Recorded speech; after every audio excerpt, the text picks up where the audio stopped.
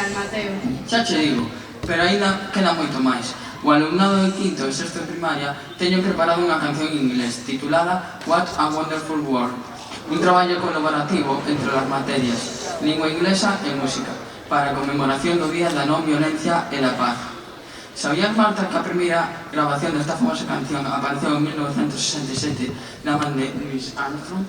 Canto sabes, Mateo? Pois aí dígoche que os de quinto e sexto de primaria, ademais de cantar, fixeron os xestos, os cales foron axustados para que moitos deles se converteran en lingua de signos, grazas á axuda de Lorena, a intérprete de lingua de signos do FEAL. Pois, ante todo, inclusión, Mateo. Claro, e ademais a letra, a través de imaxes do mundo e da natureza, pon de manifesto o maravilloso mundo no que vivimos. Adiante, os de quinto e sexto. Un aplauso, por favor.